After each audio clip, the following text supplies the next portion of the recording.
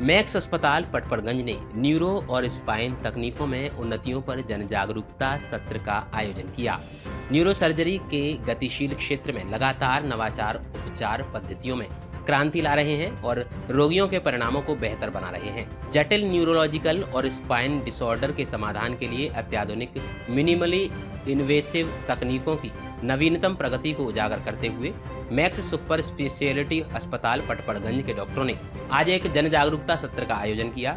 इस सत्र के माध्यम से मैक्स सुपर स्पेशलिटी अस्पताल पटपड़गंज का उद्देश्य आम जनता को इस उन्नत मिनिमल इन्वेसिव उपचार विकल्पों की उपलब्धता के बारे में शिक्षित और जागरूक करना था, जो कि इन जटिल समस्याओं से जूझ रहे मरीजों के लिए उम्मीद की किरण है। डॉक्टर अमिताभ गोयल और डॉक्टर अमित गर्ग ने 2 मरीजों दीपना सिंह और गायत्री देवी की सफल उपचार के बारे में बताया और कहा कि ये दोनों मरीज स्पाइन की समस्याओं और क्रोनिक बैक पेन से पीड़ित थीं।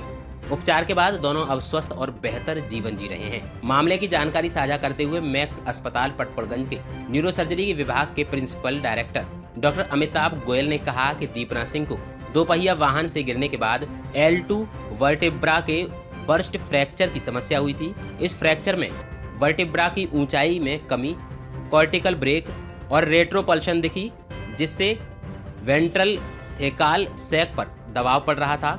प्री एनेस्थीसिया चेकअप के बाद मरीज की बैलून काइफोप्लास्टी की सफल सर्जरी हुई। मिनिमली इन्वेसिव प्रक्रिया से उनकी स्पाइन की स्थिरता बहाल हो गई और दर्द में काफ़ी राहत मिली। इस तकनीक में वर्टिब्रा के भीतर बैलून को फुलाकर उसकी ऊंचाई बहाल की जाती है और फिर बोन सीमेंट से संरचना को स्थिर किया जाता है। मरीज ने तेजी से रिकवरी की और अब दर्द मुक्त जीवन जी रही है। उन्होंने आगे कहा कि balloon kyphoplasty vertebral compression fracture के लिए एक अत्याधुनिक समाधान है, जो पारंपरिक सर्जरी की तुलना में तेज रिकवरी और बेहतर परिणाम देता है। मर्ज पकड़ में नहीं आएगा तो आप थेरेपी कैसे करेंगे? ये सबसे बड़ा क्वेश्चन है। पहले डायग्नोज होना चाहिए, तब थेरेपी होना चाहिए। तो फिजियोथेरेपिस्ट का काम है थेरेपी देना, ठीक है।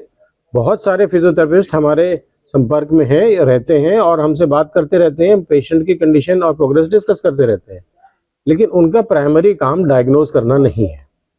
डायग्नोज करने का काम एक trend MBBS, MS, MCH doctor का है, जो कि न्यूरोस्पाइनल सर्जरी करते हैं रेगुलर बेसिस पे। उसका फायदा यह होता है कि आपका करेक्ट डायग्नोसिस होता है।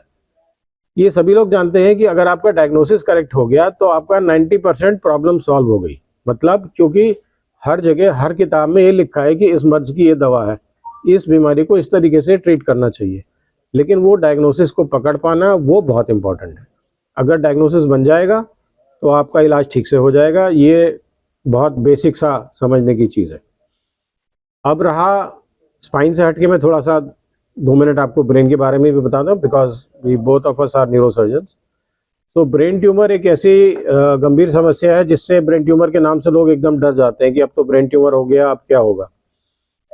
कुछ ब्रेन ट्यूमर्स इस प्रकार से होते हैं जो कि नाक के रास्ते दूरबीन से बगैर चीरा लगाए भी करे जा सकते हैं, और ऐसे हम 250 के करीब बगैर चीरे वाले ब्रेन ट्यूमर के ऑपरेशन सक्सेसफुली कर चुके हैं एज अ टीम।